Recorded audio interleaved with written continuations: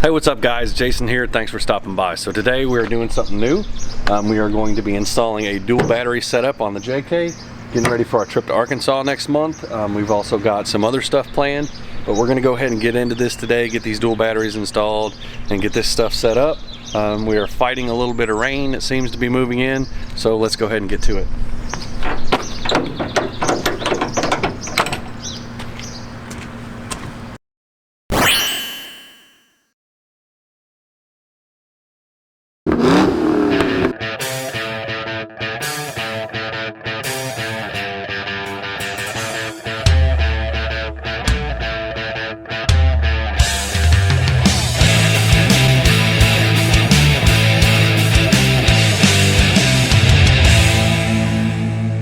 Alright, what a pain that was.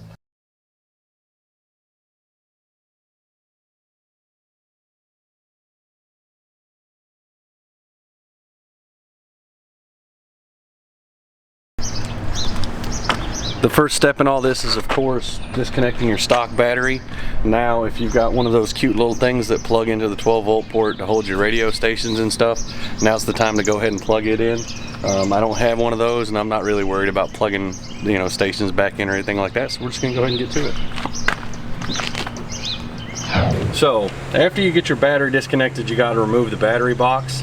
Now, the battery tray that we're installing is a Smitty-built dual battery tray, so it's going to set our two batteries like this. I decided to get this box, number one, because I like Smitty-built as a manufacturer, but number two, I really like the idea of the two batteries side by side and being able to reach both versus one on top of the other. So the one thing about this kit is it only takes group 25 batteries, Optima batteries to be specific. So I got a couple of those, and I did go with red top batteries on both.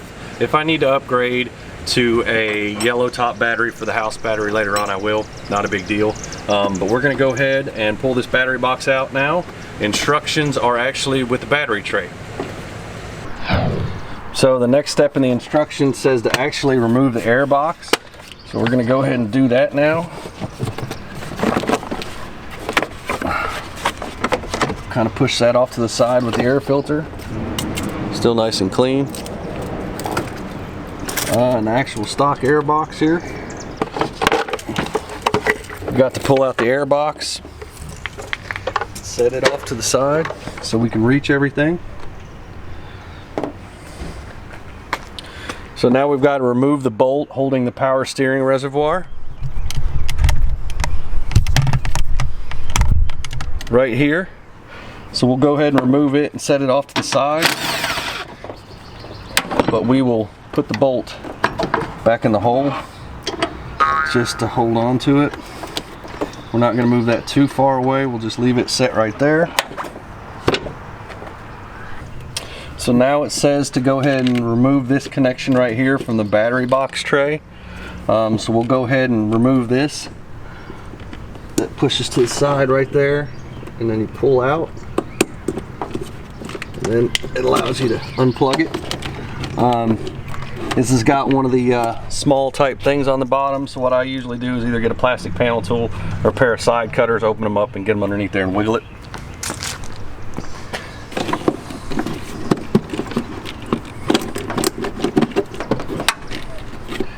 And if you don't get too aggressive with it, chances are you'll be able to use those again. So we'll go ahead and move those off to the side. So now we have got to press the tabs here on the fuse box and pull it up out of the way. There's two on either end of it. It's relatively simple to get that up and out of there. So we'll set that right there for now. We've got bolts down here that we've got to get to. So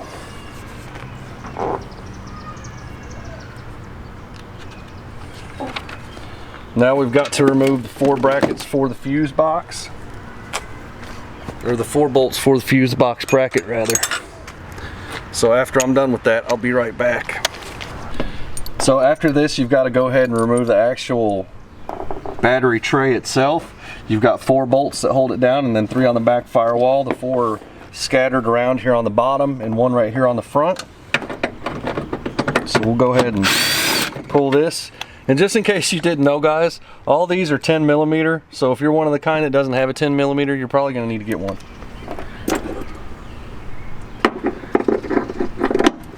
And you might want to tape it to yourself so you don't lose it while you're doing this.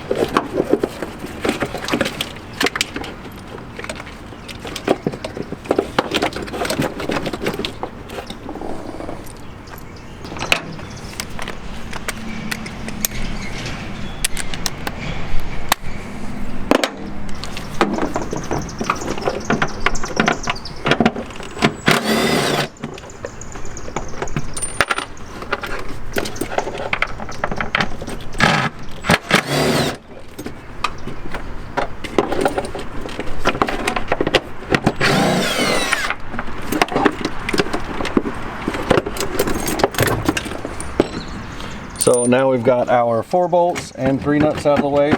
Our battery box is loose, so we can go ahead and pull the entire battery box assembly out of here very carefully to not damage any of our electrical connectors.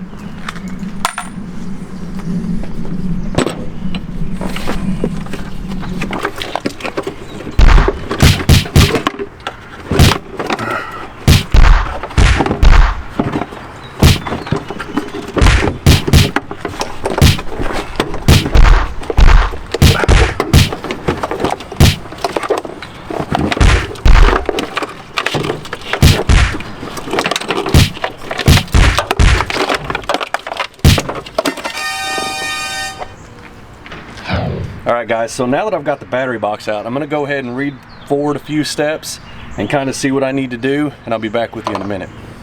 So one of the things that it has us doing now is actually reusing a portion of our battery box. So we've got to take about 1 inch from the 2 mounting bolts here for the fuse box bracket, measure back from that, and make a cut. So I'm going to go ahead and get ready and cut this with my body saw real fast, and be back after that. So just a regular body saw makes really quick, clean work of that. Got it cut nice and smooth, really even. So we'll go ahead and move on to the next step. But if you're a little bit faint-hearted about doing this to your stock box, yeesh. So now we are to the part where we're actually putting things back together. The first thing that you got to do is install these 3 spacers on the back firewall bolts. Then we're going to install the actual battery box itself. And reusing the 3 nuts from back there, we're going to go ahead and install the battery tray.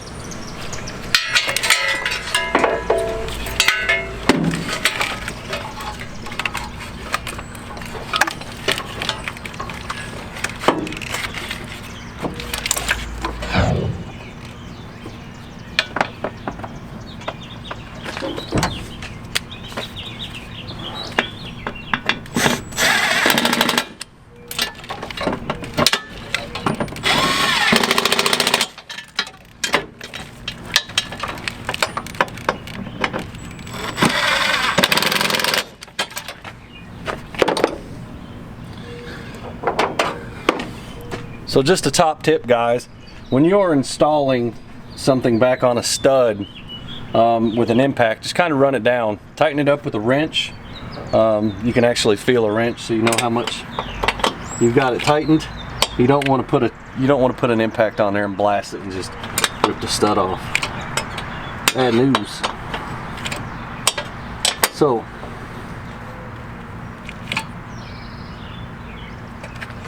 snug down with the impact, tighten with the wrench.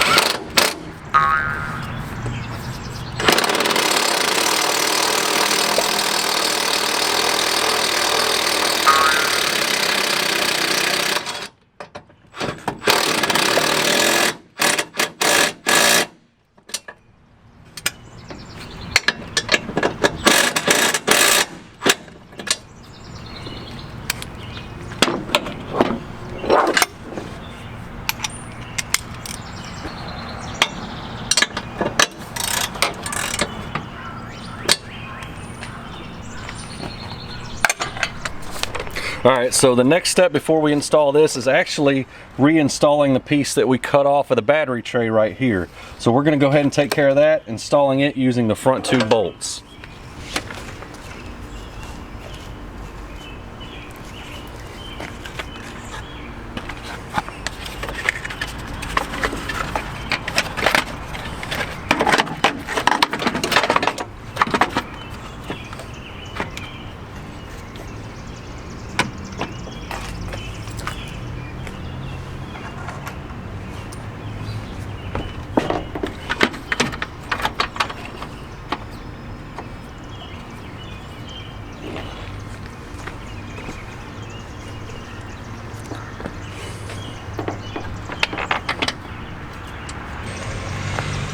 So now that we have got the front part of the battery tray actually bolted back down with the front 2 bolts, we are going to add this addition onto our battery tray and bolt it in. So this battery box actually comes in 2 pieces. Now it tells you to go ahead and install this front section next, and the section of our battery box that we actually cut out will mount over top of this. So we'll go ahead and do that now. It was really nice of them to apply some grease to the inside of these bolts. It's definitely thinking ahead on their part. It's awesome.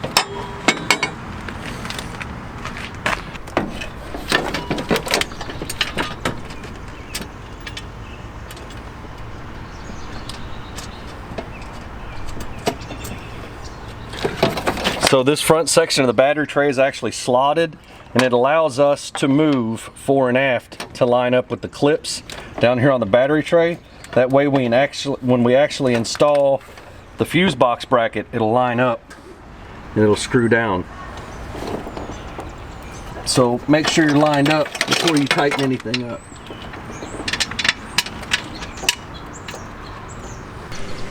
And after we get that done, it's time to go ahead and install our factory fuse box back to the bracket.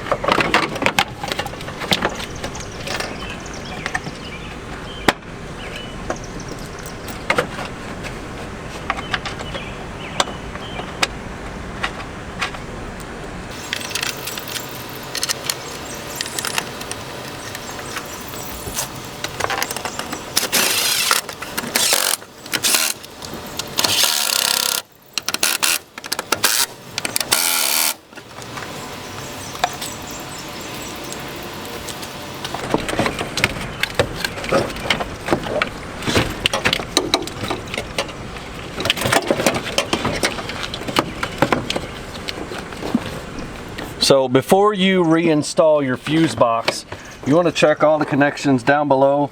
Make sure the clips are pulled down and tight, and that nothing is loose, nothing is going to get pinched, and everything is secure. So let's go ahead and slide our fuse box back on the bracket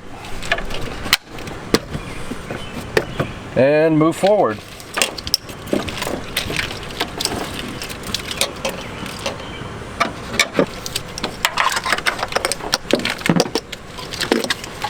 It does say to go ahead and try to put the J-bolt in right here where the heater hoses are, if it helps you out a little bit. So I'm going to go ahead and do that. Install the J-bolt with the hook pointing in so it doesn't pierce your hoses here.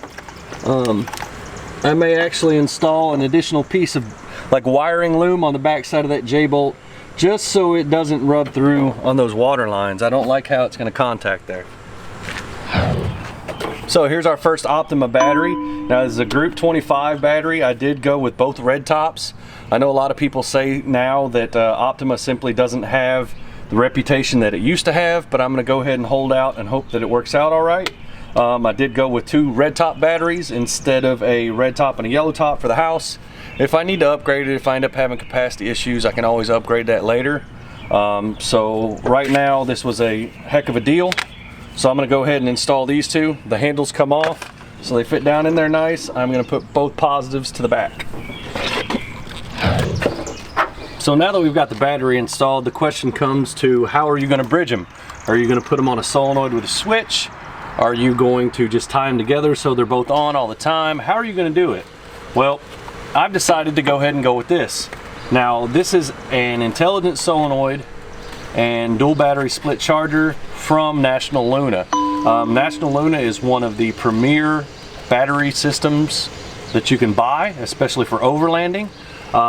This will automatically connect the two batteries through a timer when one goes down and it knows it needs to charge it. So we're going to go ahead and install this, hook up our two negatives together on the battery system, and run a positive from both to this. I will also be putting a switch in the cab that will allow me to turn this on and run when I need to, so I can use it to maybe boost the car or do whatever I need to. So we're going to go ahead and install this. I'm going to go ahead and try to figure out a place where I'm going to put it, but this is what's coming next. Alright guys, so I didn't quite make it before the rain started to come in, but as you can see here, I now have my National Luna bracket sorted. It is just pinched and bolted down onto the actual hold down for the batteries. Now it's time for me to go ahead and bridge these together. So the two negatives will be directly connected, and we will run the positive from each battery to the solenoid. Now this is for the main battery, and this is for the auxiliary battery. So our auxiliary is going to be on the outside, and our main starting battery is going to be on the inside here.